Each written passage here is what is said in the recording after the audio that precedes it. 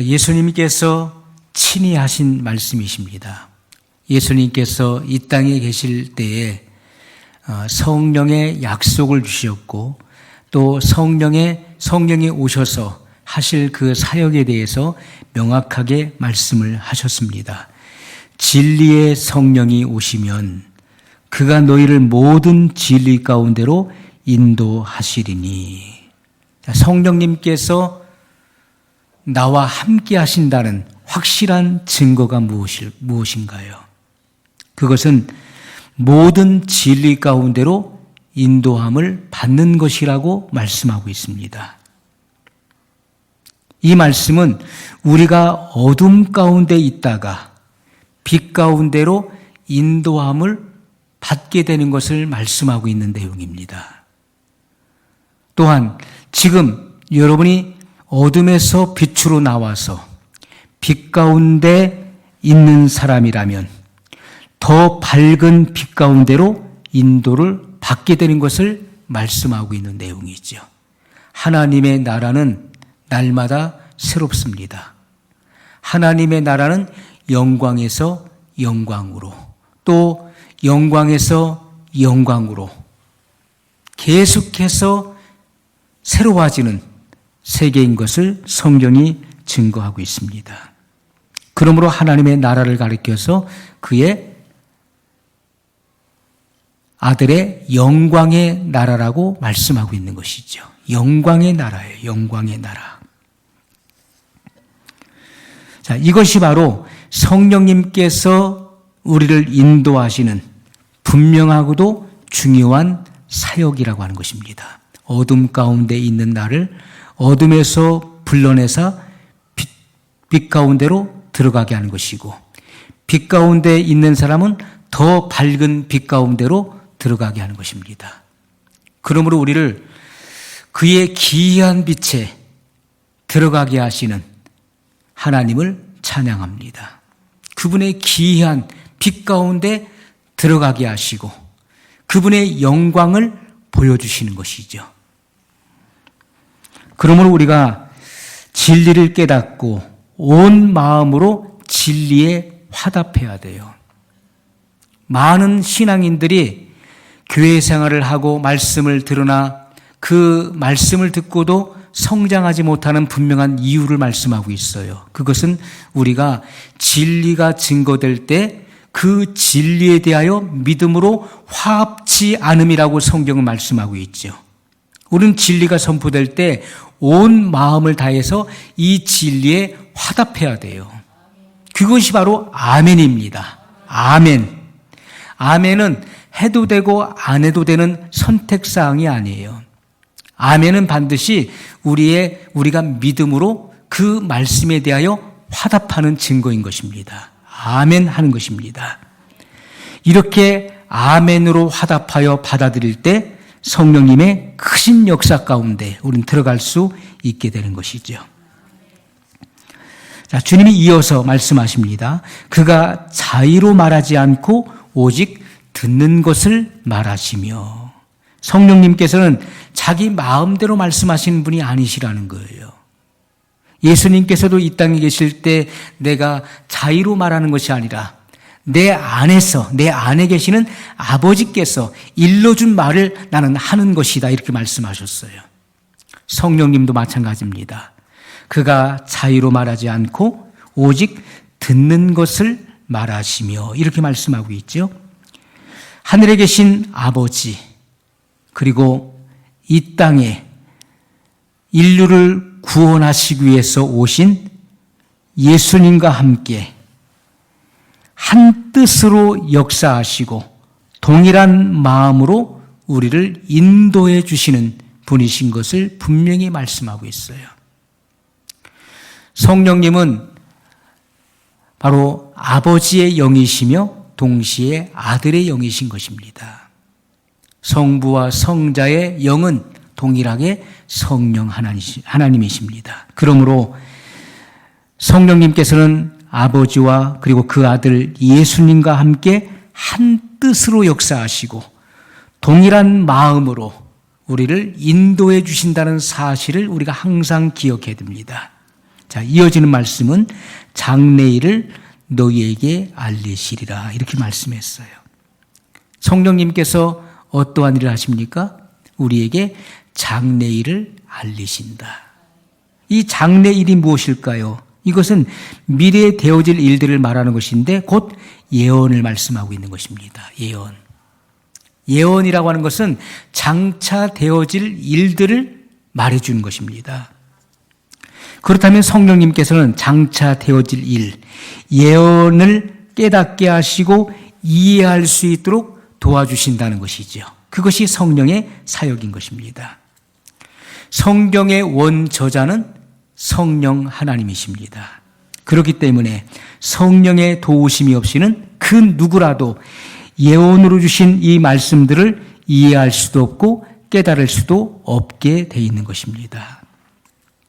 그런데 오늘날 성령을 체험했다는 많은 신앙인들이 성경의 예언에 대해서 너무나 무지하다는 것이죠. 예언을 말씀하면은 그 예언을 말하면 마치 큰일 나는 것처럼, 그리고 예언에 대해서 너무나 모르고 있는 것이죠. 예언에 대해서 무지할 뿐만 아니라 무관심한 것입니다. 이것은 이상한 일이에요. 어떻게 성령을 받았다는 사람들이 예언에 대해서 그렇게 무지하고 무관심할 수가 있는 것인가? 그것은 우리가 영적으로 도무지 이해할 수 없는 이상한 일이 아닐 수 없다는 것입니다. 디모데 후서 3장 16절에 보면 모든 성경은 하나님의 감동으로 된 것으로 교훈과 책망과 바르게 함과 의로 교육하기에 유익하니 이렇게 말씀했습니다. 자, 모든 성경은 하나님의 감동으로 된 것이다. 이것은 성령의 감동, 성령의 감동서를 뒷받침하고 있는 것이죠. 이 모든 성경은 성령의 감동으로 기록된 말씀인 것을 성경이 증거하고 있는 것입니다. 그리고 이 성경이 우리에게 하는 일은 교훈과 책망과 바르게 함과 의로 교육하기에 유익한 말씀이라고 증거하고 있는 것이죠. 예수님께서 회당에 들어가셔서 안식일에 회당에서 말씀을 증거하셨을 때 유대인들이 그 가르치심에 심히 놀랐습니다. 이 어찌미뇨? 저가 목수의 아들 아니냐? 그런데 저의 입에서 나오는 이 가르침이 누구로부터 나온 것이냐? 이는 권세 있는 새 교훈이로다. 이는 그의 가르치시는 것이 저희 서기관과 바리새인들과 같지 아니함일러라. 성경은 그렇게 증거하고 있습니다. 예수님께서 증거하신 그 말씀이 권세 있는 자, 곧 하나님의 말씀을 하시는 것 같다. 하나님께서 직접 이곳에 오셔서 우리에게 말씀을 들려주시는 것처럼 그렇게 권위가 느껴진다. 그렇게 성경은 기록하고 있습니다. 그것이 바로 권세 있는 새 교훈이었어요. 우리가 한 번도 들어보지 못했던 권세 있는 새 교훈의 말씀이다. 시편 기자는 기록하기를 주의 교훈이, 주의 말씀이 밤마다 내 심장을 교훈한다라고 기록하고 있습니다.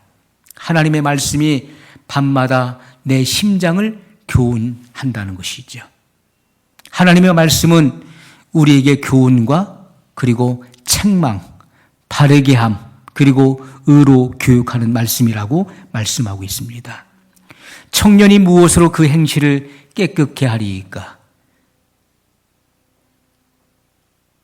청년의 그 정욕을 이길 수 있는 길이 무엇입니까? 그것은 주의 말씀을 내 마음에 두는 거예요.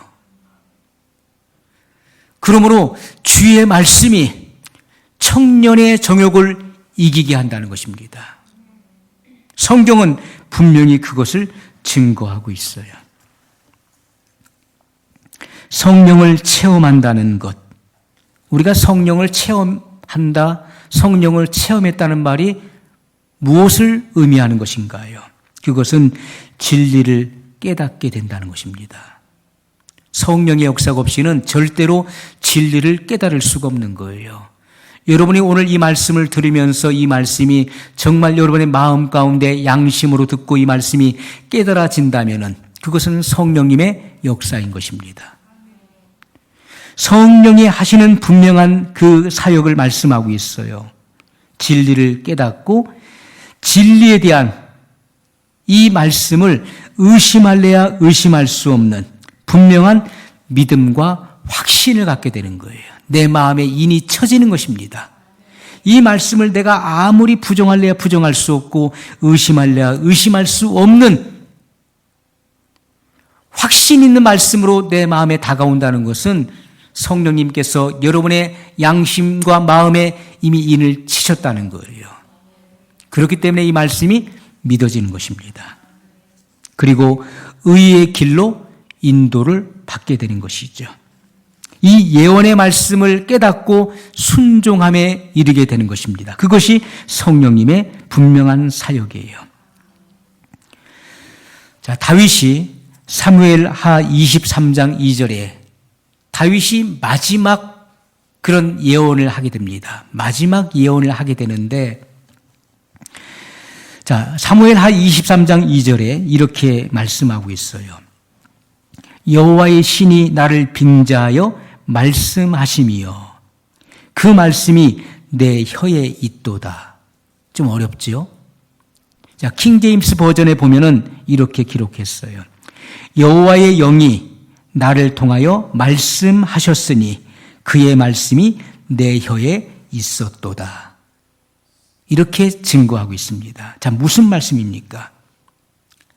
다윗이 지금 증거하고 있는 이 말씀, 백성들을 가르치고 증거하는 내 입술에서 나가는 이 증거의 말씀은 내 생각을 말하는 것이 아니고 나의 어떤 경험적인 주장을 내가 피력하는 것이 아니라 바로 성령의 감동된 말씀을 내가 하는 것이다. 이렇게 증거하고 있는 것입니다. 성령의 감동된 말을 한 것이 성경이 된 것입니다. 시편도 마찬가지고요. 우리가 시편 150편 중에서 거의 3분의 2 이상을 거의 그 다윗이 기록을 하게 된 것이죠. 그것은요, 성령의 감동함으로 기록한 것입니다.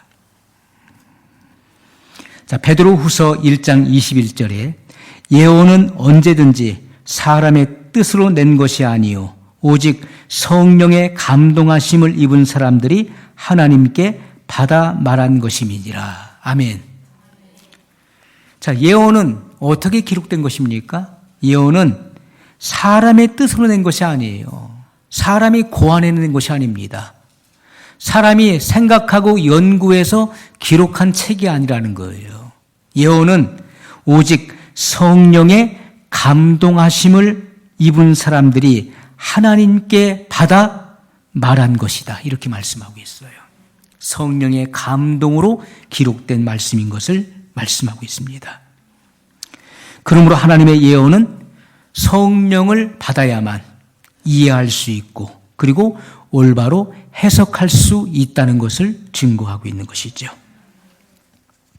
여러분, 우리의 삶의 현장 가운데 성령님의 임재와 역사가 있어야만 우리가 예언을 하나님의 뜻대로 해석할 수 있게 되는 거예요.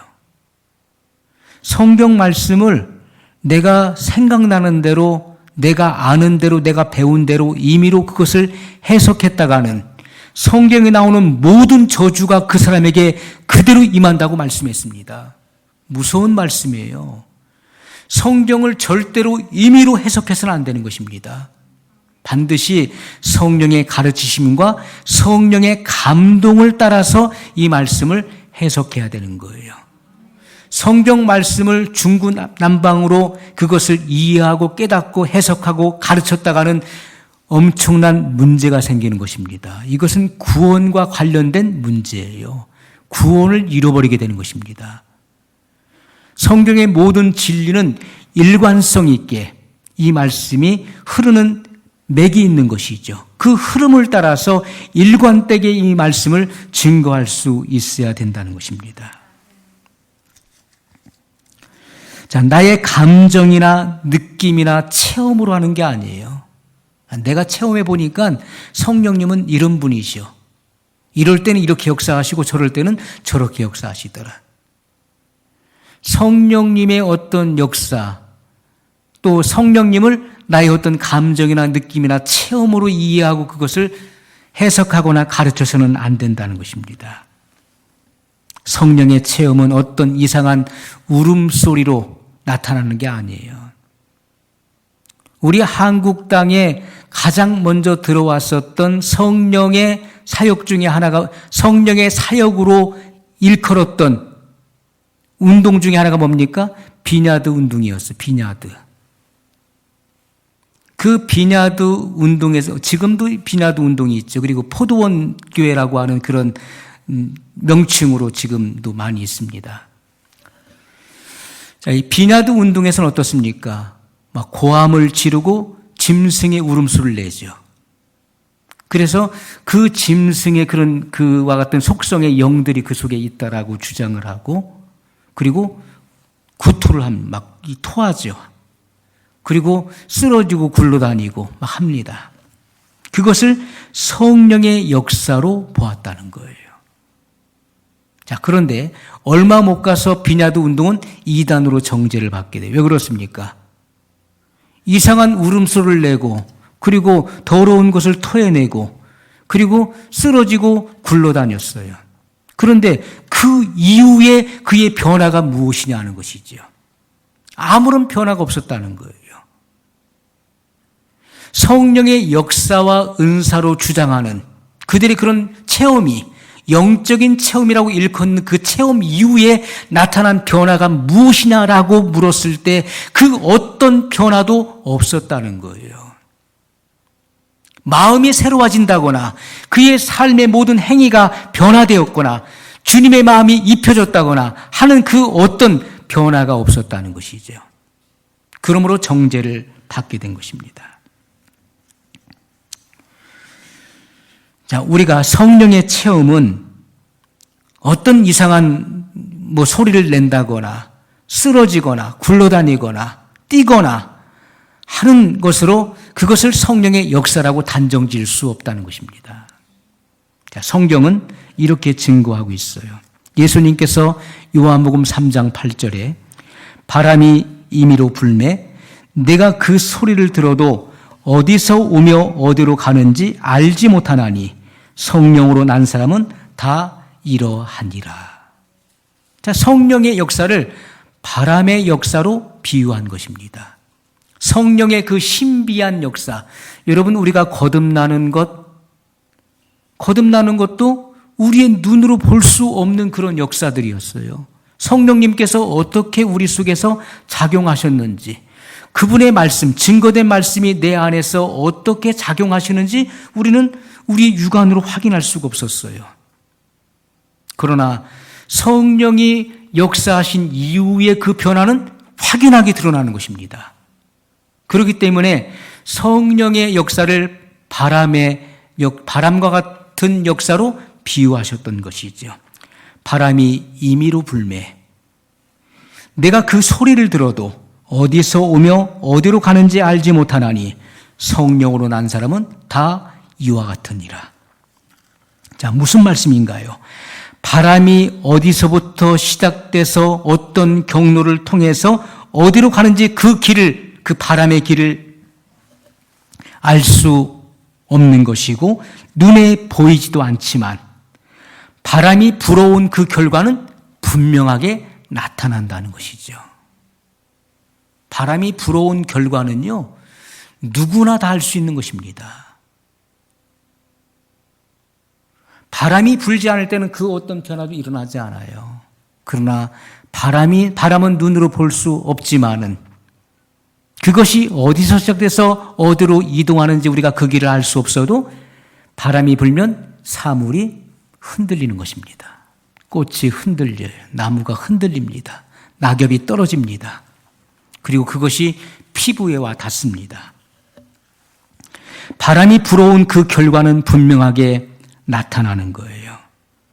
사람의 마음에 임재하시고 역사하시는 성령의 역사도 이와 같다는 것입니다. 성령을 받았다, 받지 못했다. 성령을 받았다는데 아무런 변화도 없고 그 어떠한 성경의 말씀대로 순종하는 증거도 없다면 그 사람은 성령 받은 사람이 아니라는 것이죠. 성령 받은 증거는 무엇입니까? 바로 마음의 변화요 진리에 순종하는 것으로 나타나는 것이고 그의 열매로 나타나는 것입니다. 그것은 부정할 수 없는 확실한 성령의 임재와 성령의 역사의 증거라는 것입니다. 주님이 그것을 말씀하고 있는 거예요. 만일 여러분의 마음속에 성령으로 채워지게 된다면 나는 성령 충만해. 나는 어떤 뜨거움을 느꼈어. 성령이 임하는 어떤 힘을 느꼈어. 그래서 성령 충만한 것이 아니라 만일 여러분의 마음속에 성령으로 충만하게 되면 성령으로 가득 채워지게 되면 여러분의 삶이 그 사실을 증명하게 된다는 것입니다. 여러분의 삶이 그 사실을 증거하게 되어 있다는 거예요. 나의 성품과 그리고 습관과 생활에 놀라운 변화가 일어나게 된다는 거예요. 그것은 누구나 다 봐서 알 수 있는 것입니다. 우리 정원에, 지금 교회 정원에 사과가 맺었잖아요. 그건 열매입니다. 그것을 보고서 야 이건 감나무야, 이건 대추나무야, 그렇게 우기는 사람은 어리석은 사람이에요. 그 열매가 그 나무를 증거하고 있는데 그것을 부정하고 다르게 말한다는 것은요, 그건 이상한 사람이에요. 성령 받은 사람은 반드시 그의 삶을 통해서 그 증거가 드러나게 되어 있다는 것이죠. 남에게 무리하게 대했던 사람이 친절한 사람으로 바뀌어지는 거예요. 이것은 하나의 실예를 지금 드는 것입니다. 무리한 사람이 친절한 사람으로, 상냥하고 그리고 겸손한 사람으로 바뀌어지는 거예요.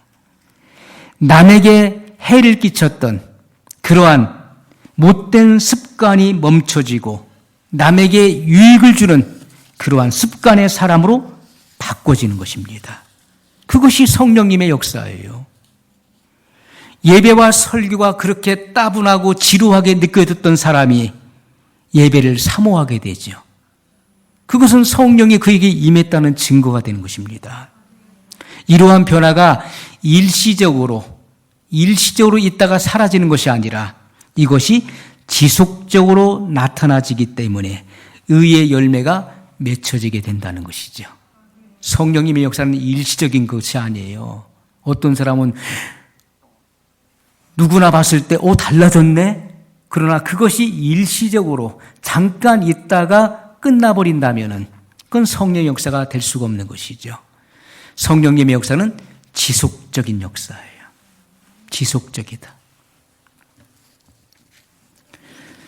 여러분 마음에 세상 욕심으로 가득 차 있고 너무나 교만해서 목이 고돈, 이스라엘 백성들을 가리켜 하나님께서 뭐라고 하십니까? 너희는 목이 고돈 백성이다. 목에 기부스를 했다는 거예요. 그래서 고개를 숙일 줄 몰라요.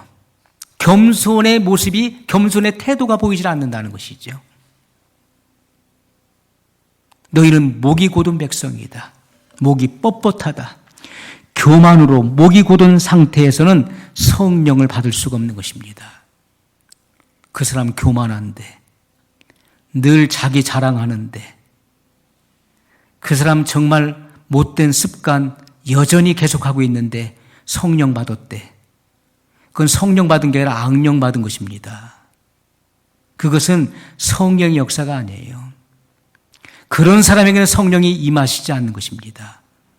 성령님은 거룩한 영이시죠. 성령은 진리의 영이시기 때문에 진리를 떠난 자들에게 임하시지 않습니다. 더러운 삶의 습관을 계속하는 사람에게 거룩하신 성령님이 임하실 수가 없는 거예요.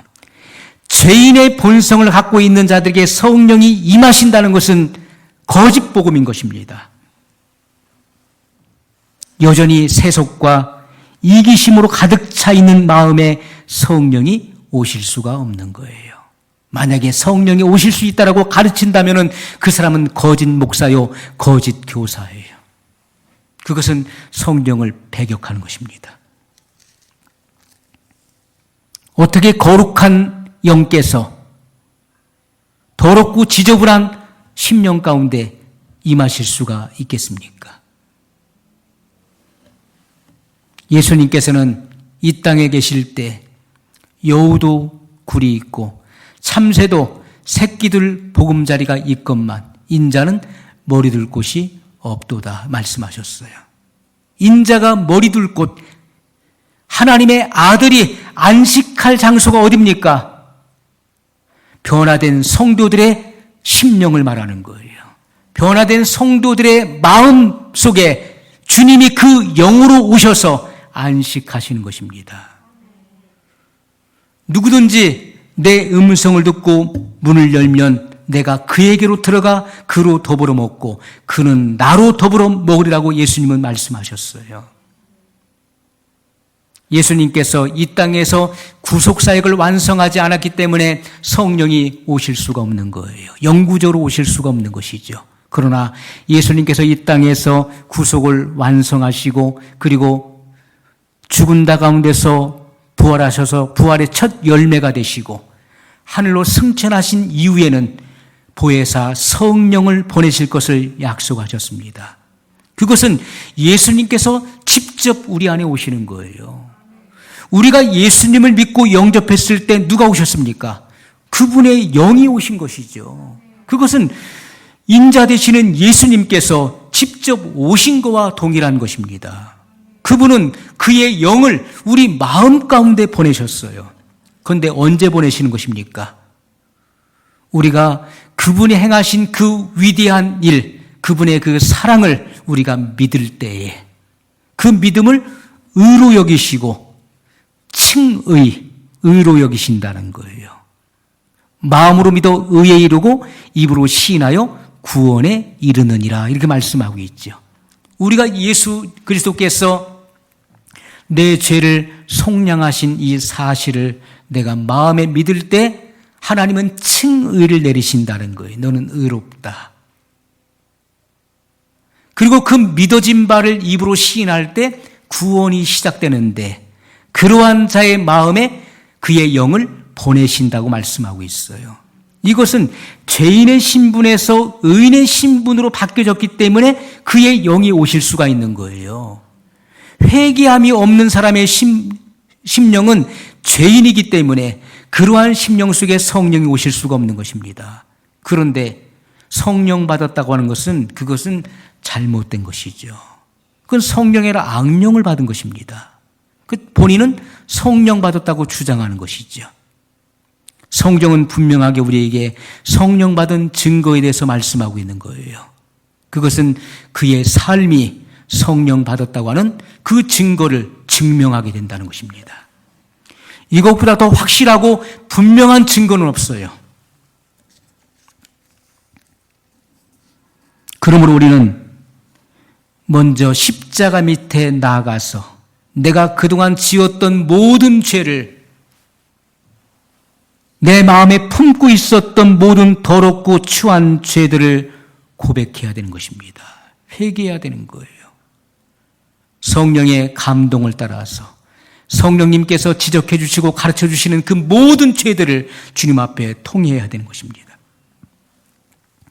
그리고 내가 지금까지 짊어지고 왔었던 모든 수고하고 무거운 짐을 십자가 밑에 내려놔야 되는 거예요. 여러분, 사도 바울이 로마서 7장 24절에 그의 경험적 변증을 말씀하고 있어요. 우리가 성경은요, 바울의 그 생각, 바울의 그 사상이 곧 성경 말씀이 된 거예요. 결혼에 대한 문제도 바울이 내 생각에는 처녀가 시집가지 않고 혼자 사는 것이 더 낫다. 독신 사는 것이 낫다. 그것이 곧 성경 말씀이 된 것입니다. 왜? 때가 가까웠기 때문에. 결혼하게 되면 남자는 자기 부인을 즐겁게 하기 위해서 많은 시간들을 투자해야 됩니다. 써야 되는 거예요. 여자는 남편을 만족시키기 위해서 많은 시간들을 바쳐야 돼요. 그러므로 내 생각에는 결혼하지 않고 독신으로 사는 것이 낫다. 그러나 그것은 독신의 은사가 임해야 된다는 독신의 은사. 그러나 너희가 육신의 정욕을 인해서 감당치 못하겠거든 결혼해도 무방한 것이다. 이렇게 말씀했어요. 그것이 성경 말씀이 됐어요.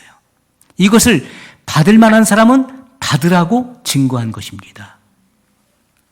이것은 바울이 하나님의 말씀에 그가 사로잡혔던 하나님의 종이었다는 것이죠. 말씀에 붙잡힌 거예요. 말씀. 구약에도 하나님의 말씀이 선지자 아무에게 임하시니라. 여호와의 말씀이 아미떼의 아들 요나에게 임하시니라. 하나님 말씀이 임하는 말씀. 말씀의 사람이 되는 거예요. 바울은 하나님의 말씀에 사로잡혔어요. 그 말씀에 고무되어서 그 말씀을 증거한 것입니다. 그의 모든 생각, 그의 모든 사고가 성령의 생각이 된 거예요. 그의 입술은 성령의 나팔이 되었고 성령의 입술이 된 것입니다.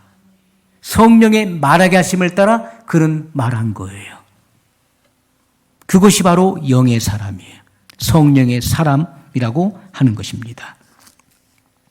그러므로 바울은 로마서 7장에서 그의 경험적 변증을 말씀하고 있는데 그의 체험, 그가 했었던 그 체험을 기록한 것이 곧 성경이 된 거예요. 경험적 변증이라고 말할 수 있는 것이죠. 그가 뭐라고 고백합니까? 오라 나는 곤고한 사람이로다. 난 괴롭다는 거예요. 너무너무 괴롭다. 이 사망의 몸에서 누가 나를 건져내랴. 내 마음속에 내가 마음으로서는 하나님의 법을 내가 추구하고 그 말씀을 내가 순종하기를 원하지만은 내 지체 속에 또 다른 하나의 법이 있어 나를 저 육체 가운데로 끌어오는도다. 나는 너무나 괴롭다. 이 사망의 몸에서 누가 나를 건져내랴 이렇게 탄식했던 거예요. 사망의 몸. 자, 바울 당시에 로마가 세계를 지배하고 있었어요. 악한 죄인들을 감옥에 가두었습니다. 그런데 그 죄수 중에서도 사형 선고를 받은 죄수들에 대해서 죽은 그 송장, 그 시체를 서로 묶어놨어요. 눈은 눈, 코는 코, 입은 입끼리 이렇게 묶어놨어요. 또는 등끼리 묶어놨어요. 그래서 그 시체, 그 썩은 그 송장에서 그런 균들이 나오죠. 벌레가 나와서 산 사람에게 침투되어서 죽게 만드는 거예요. 그것이 사망의 몸이에요. 이 사망의 몸을 짊어지고 다녀야 돼. 한 발자국 움직이는 것도 이 사망의 몸을 내가 메고 있기 때문에 같이 이동해야 되는 거예요. 오라 나는 곤고한 사람이로다. 이 사망의 몸에서 누가 나를 건져내랴. 탄식했던 거예요. 탄식하다가 열린 것이 생명의 성령의 법이에요. 그러므로 그런즉 그리스도 예수 안에 있는 자에게는 결코 정죄함이 없나니 생명의 성령의 법이 죄와 사망의 법에서 나를 해방하였음이라. 이렇게 증거하게 된 것입니다. 여러분, 이런 탄식이 있을 때에 생명의 성령의 법이 열리는 거예요. 신앙생활하면서 난 한 번도 고민이 없었어. 영적인 고민도 없었고 나는 그냥 형통하고 난 술술 잘 풀려서 왔어. 그런 사람은 없어요. 그런 사람은 신앙이 성장할 수 없는 것입니다. 어린아이가 순조롭게 그냥 처음부터 걸어다니고 뛰어다니나요? 걷기 위해서는 수없이 많은 쓰러짐과 넘어짐이 있는 것입니다. 뒤집기 하다가도 이게 뒤집어지지 않아가지고 막 몸부림치고 울고 자기 뜻대로 안 되니까 그렇게 해서 안간힘을 쓰다가 뒤집는 거예요. 기어다니다가 여기저기 부딪히고 일어서려고 하다가 모퉁이에 뾰족한 곳에 찔리기도 하고 부딪히기도 하고 걸어가다 쓰러지고 다시 또 일어나서 또 걷다가 또 쓰러지고 하는 일들을 반복하면서 걸음마를 배우는 거예요. 그리고 나서야 뛰지 않습니까? 신앙이 성장하는 데 있어서 어떻게 순조롭게 평탄하게 아무 문제 없이 아무런 고민도 없이 그냥 성장합니까? 수없이 많은 퀘션이 붙기도 하고 의문투성이죠. 이해 안 되는 부분도 너무나 많고 하나님께서 도대체 나를 향한 의도가 무엇인지 알 길이 없고 수없이 많은 미혹과 유혹이 몰려올 때 왜 하나님은 이러한 것들을 허용하시는지 도대체 그 이유를 알 수가 없고 신앙이 어렸을 때는요 어린아이와 같은 생각을 하게 되는 것이고 어린아이 같은 사고와 그러한 언어를 하는 거예요. 그러나 장성한 사람이 되어서는 하나님의 모든 뜻을 성경 말씀을 통해 다 이해하게 되는 것이죠. 왜? 하나님의 경륜을 이해했기 때문에 그 경륜 안에 있는 하나님의 구속사가 훤히 보이기 때문에 이해할 수 있는 것입니다.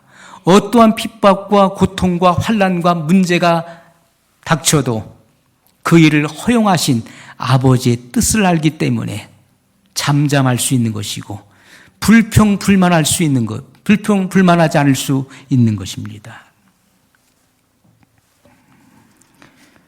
여러분, 우리가 영적으로 고민하고 고심하다가 바울이 생명의 성령의 법의 길이 열린 것처럼 우리도 말씀과 씨름하다가 씨름하는 거예요.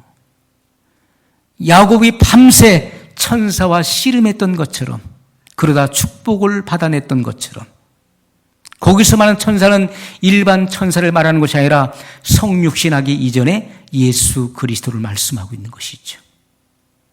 당신이 내게 축복하지 아니하시면 내가 당신을 놓을 수 없나이다. 주님이 물으셨어요. 내 이름이 무엇이냐? 몰라서 물어보시는 건가요? 야곱이니이다 할 때 내 이름을 다시는 야곱이라 부르지 아니하고 이스라엘이라 부르리라. 야곱은 사기꾼이에요. 발 뒤꿈치를 잡은 자, 장자권을 빼앗은 자에 속여서. 그러나 이제 이후로는 내 이름을 야곱이라 부르지 아니하고 이스라엘이라 부르리라. 이스라엘은 뭡니까? 승리자예요. 너는 승리자다. 내가 하나님과 겨루어 이기었음이니라. 하나님이 힘이 없어서 야곱에게 지신 건가요? 야곱의 그 천국을 침노하고 강탈해서라도 그 천국을 차지하려고 하는 그러한 분투하는 그런 애절한 심정을 보시고 하나님께서 져주신 것이죠. 네가 이겼다. 그의 이름을 바꿔주셨어요. 하나님은 그런 분이십니다.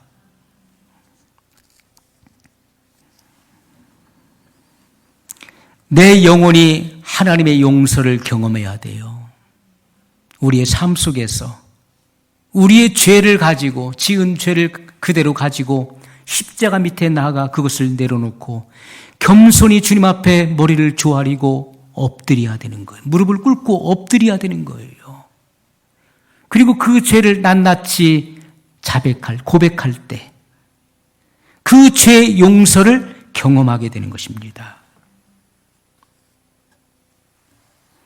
그리고 그 용서를 내 마음속에 받아들이게 되면 그 죄사함의 그 보증적 증거는 마음의 평강으로 오는 것이고 기쁨으로 오는 것입니다. 그것을 그 죄사함의 용서를 내 마음에 받아들이게 되면 성령의 은혜가 강물같이 밀려오게 되죠. 그리고 육체를 거스려 싸우던 그 육체의 정욕이 잠잠하게 되는 거예요.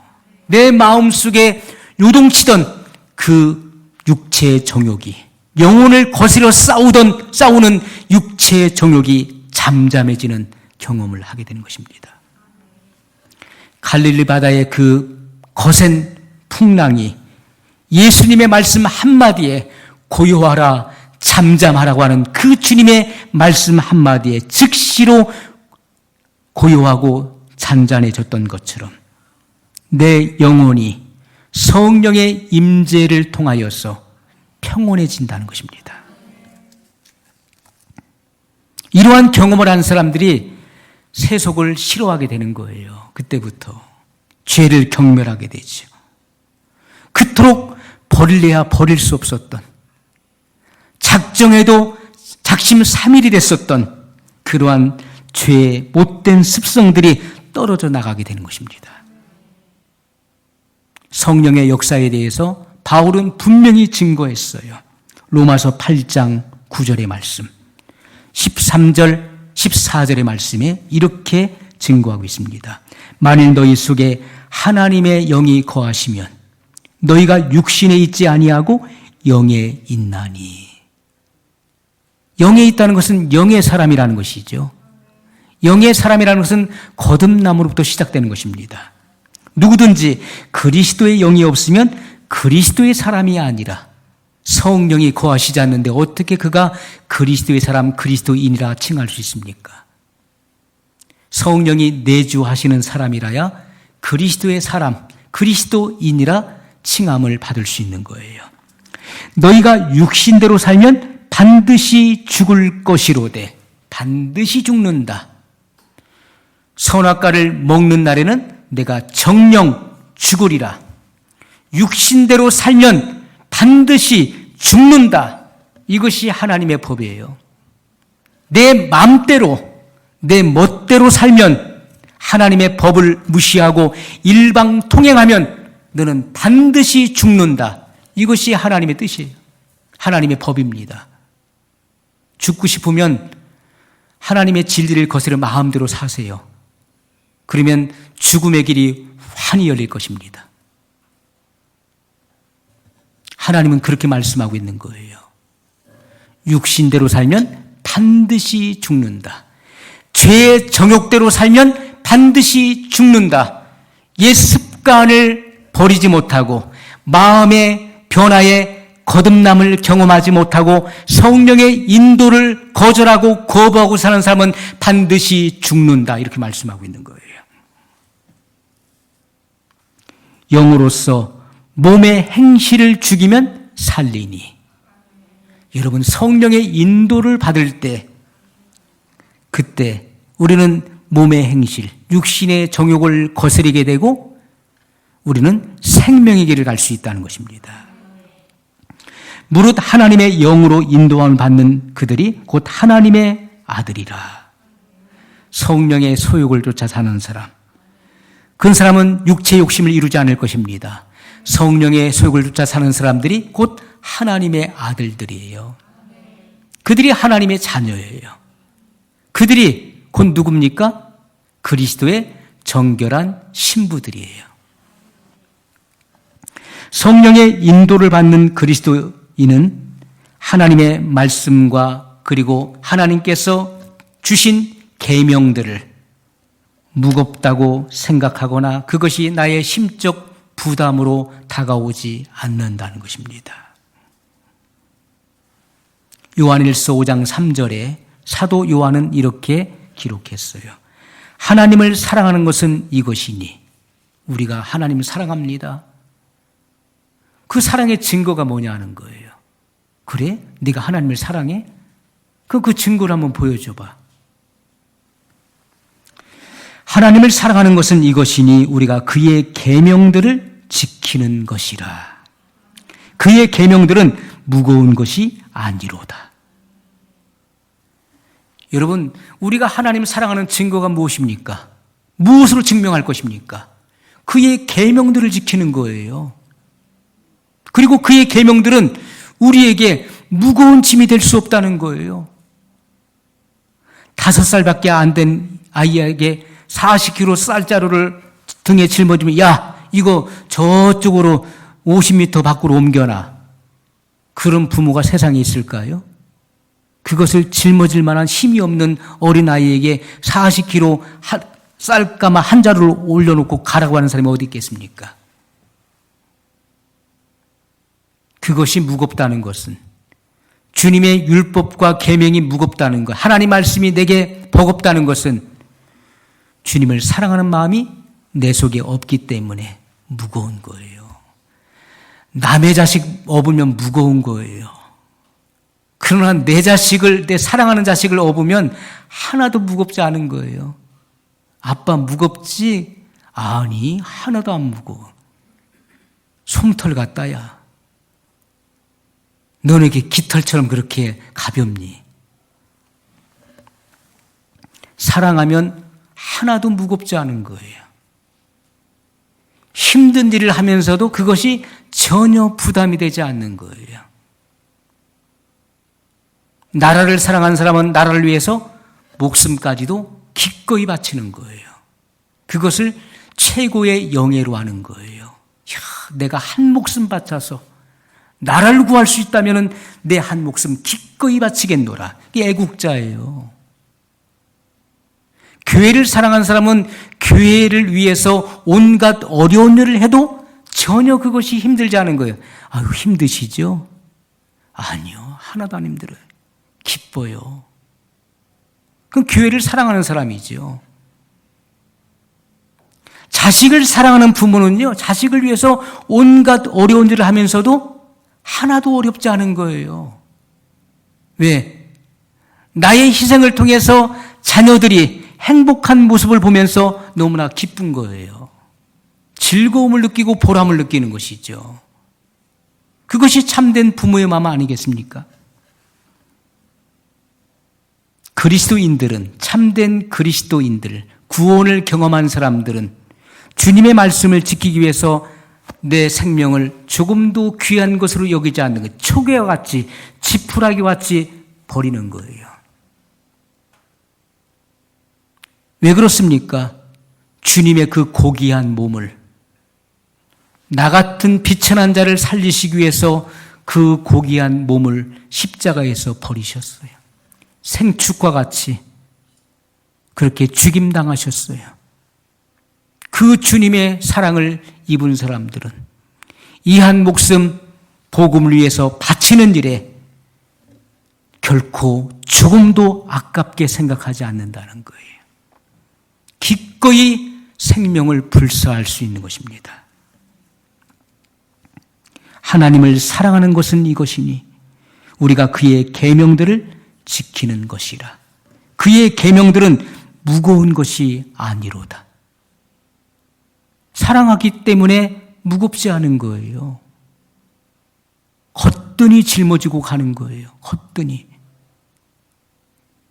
이것은 성경이 우리에게 말씀하고 있는 절대 불변의 진리인 것입니다.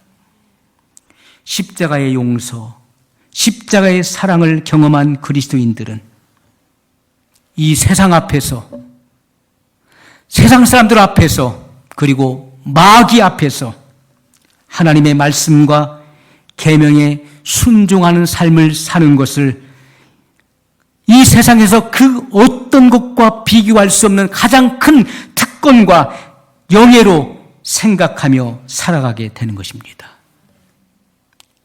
하나님 말씀을 말씀대로 순종하며 살게 되는 것, 하나님을 아빠, 아버지라 부를 수 있는 것, 예수님을 나의 주님이시라고 고백할 수 있는 것, 하나님의 자녀로서의 주님의 품성을 반영하며 살 수 있는 것, 하나님의 기쁨과 하나님의 영광을 위해 살 수 있는 그 삶이 이 세상에서 가장 큰 특권이요, 영예로 생각하며 산다는 거예요. 마귀 앞에서도 당당하게 말할 수 있고, 이 세상 모든 사람들이 나를 손가락질하고 비운다 할지라도 내게는 이것이 가장 큰 특권이요, 가장 큰 영예로다. 할렐루야. 이렇게 산다는 거, 이렇게. 사도행전 5장 32절에 자, 우리가 성령을 어떻게 받는 것인가? 성령은 어떤 사람들에게 주시는 것인가? 분명히 말씀하고 있어요. 우리는 이 일의 증인이요. 예수님께서 성령이 임하시면 너희가 내 증인되라. 예루살렘으로부터 시작된 이 복음의 증거가 예루살렘에서 끝나는 것이 아니라 예루살렘과 온 유대로 그리고 사마리아 땅끝까지 이르게 되고 너희는 그 일의 증인이라고 말씀했어요. 우리는 이 일의 증인이요, 하나님이 자기를 순종하는 사람들에게 주신 성령도 그러하니라. 아멘. 자, 누구에게 성령을 주시는 것입니까? 하나님이 자기를 순종하는 자들에게 주신 성령도 그러하니라. 하나님의 말씀에 순종하는 이들에게 성령을 주신다라고 말씀하고 있는 거예요. 말씀을 거스르는 자, 진리를 대적하는 자, 진리대로 살지 않는 자에게는 성령을 주시지 않는 것입니다. 하나님이 자기를 순종하는 자들에게 주신 성령도 그러하니라. 성령 받기 원하십니까? 말씀에 순종하세요. 하나님 말씀에 순종하셔야 돼요. 순종이 없는 신앙은 그리스도인으로서 반드시 해야 될 영적 체험을 못하게 되는 것입니다. 거듭남에 이르지도 못해요. 거듭남에 근접도 못하는 거예요. 왜? 순종이 없기 때문에. 순종의 자세, 순종의 마음가짐이 안 돼 있는 사람은요, 거듭남에 접근할 수도 없어요. 그런 사람은 마귀의 지배를 받게 되는 것이고, 오늘 우리들은 분명히 우리 자신을 말씀의 조명 아래서 검증받아야 돼요. 나는 지금 어떤 영의 지배를 받고 있는가? 교회 다니는 사람들은 다 자기가 성령의 지배를 받고 있다고 얘기하죠. 열매는 전혀 그렇지 않은데, 삶은 전혀 그렇지 않은데, 우리는 분명히 말씀을 통해 오늘 깊이 묵상해 봐야 돼요. 나는 어떤 영의 지배를 받고 있는가? 나의 하루의 생각은 어디에 몰입해 있는가? 나는 무엇을 생각하는가? 내 생각을 영에 두고 있는가? 아니면 육신에 두고 있는가? 육신의 생각은 사망이요, 영의 생각은 생명과 평안이니라. 영의 생각이 무엇입니까? 하나님 말씀이죠. 말씀을 주야로 묵상하는 것이 영의 생각이에요. 내가 너에게 이른 말이 영이요 생명이라. 살리는 것은 영이니 육은 무익하니라. 그 영이 뭡니까? 주님의 입에서 선포된 말씀이죠. 이 말씀을 읽고 이 말씀을 묵상하고 이 말씀을 계속해서 암송하고 말씀대로 사는 사람이 영의 사람이에요. 그 사람이 영의 사고를 하는 사람입니다. 성경 말씀을 계속 생각해 보세요. 그러면 생명과 평안이 흘러들어오는 거예요. 문제 앞에서도 두렵지 않죠. 그런데 조금만 문제가 와도 큰일 났다, 이거 어떡하나, 안절부절한 사람은요, 육신의 생각에 빠져 있는 거예요. 그러니까 바람이 거슬림으로 베드로와 같이 물에 빠지는 것이죠. 주님을 바라볼 때는 빠지지 않는 거예요.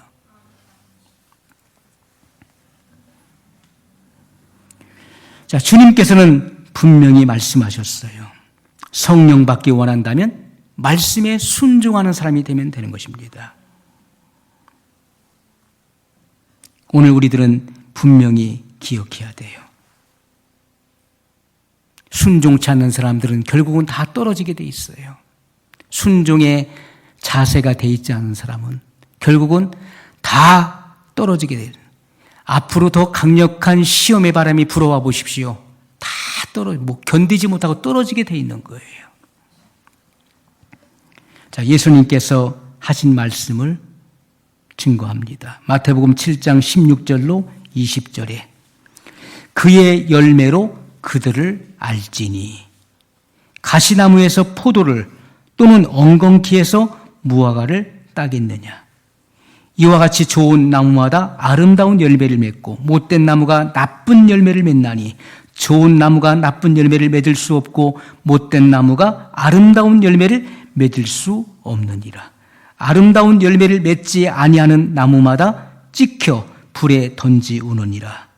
이러므로 그의 열매로 그들을 알리라. 자, 예수님께서 뭘 원하시죠? 아름다운 열매를 원하신다는 거예요. 내 열매가 무엇이냐? 내가 일생을 살아오면서 내게 보여줄 열매가 무엇이냐? 너의 변화된 삶의 행위가 무엇이냐? 너의 오늘 하루를 살아오면서 내가 맺은 열매가 무엇이냐? 주님은 결국 그 열매를 찾으시는 거예요. 아름다운 열매 맺지 아니하는 나무마다 찍혀 불에 던지우느니라. 그 불이 무슨 불입니까? 불과 유황이 타는 못을 의미하는 거예요. 둘째 사망의 해를 받는 것입니다. 이러므로 그의 열매로 그들을 알리라.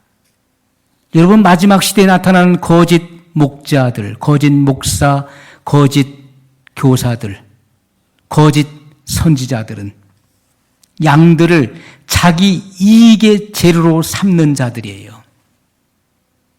자기의 먹잇감으로 생각하고 그들에게 필요한 모든 것을 다 빼먹고 버리는 자들이에요. 문제가 발생하면 양들을 버리고 도망갈 사람들이에요. 그들은 거짓 목자들이에요. 그러나 참 목자는 어떻습니까? 양을 위하여 생명을 버리는 자예요. 목숨을 버리는 자. 그것이 참 목자예요. 그러므로 열매는 그의 소속을 말해주는 것입니다. 너의 소속이 어디인지 그 열매를 보면 그의 소속을 알 수 있는 거예요. 우리가 군인들이 여기에 사단 마크를 붙이고 다니죠. 그 마크를 통해서 그가 어느 사단에 속해 있는지, 그가 어느 부대에서 생활하고 있는지 그 소속을 알 수 있는 거예요. 아, 넌 몇 사단이구나. 넌 1사단이네.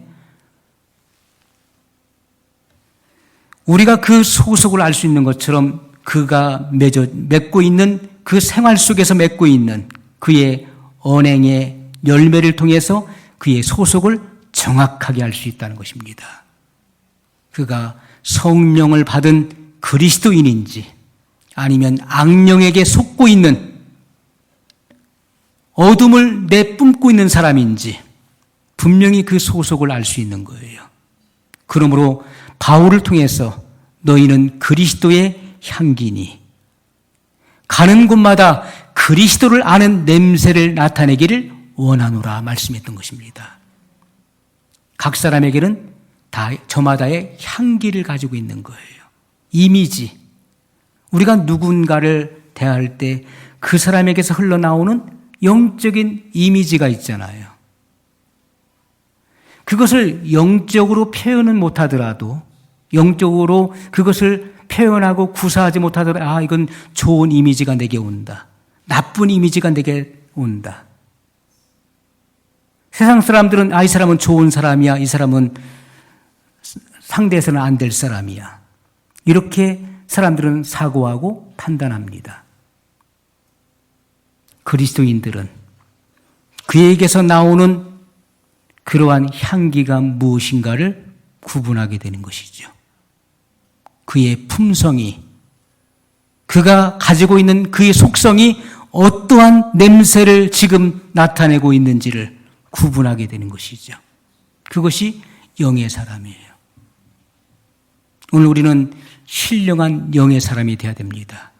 이 말씀을 다시 상고해 보십시오. 이 말씀을 다시 읽어 보십시오. 그리고 이 말씀을 반복해서 시청하십시오. 그래서 이 말씀이 내 안에 깊이 각인되도록 성령께서 여러분의 마음과 양심에 인을 쳐주시도록 그렇게 말씀을 깊이 있게 상고할 수 있기를 예수님의 이름으로 소원합니다. 말씀을 기억하면서 우리 한 목소리로 기도하겠습니다.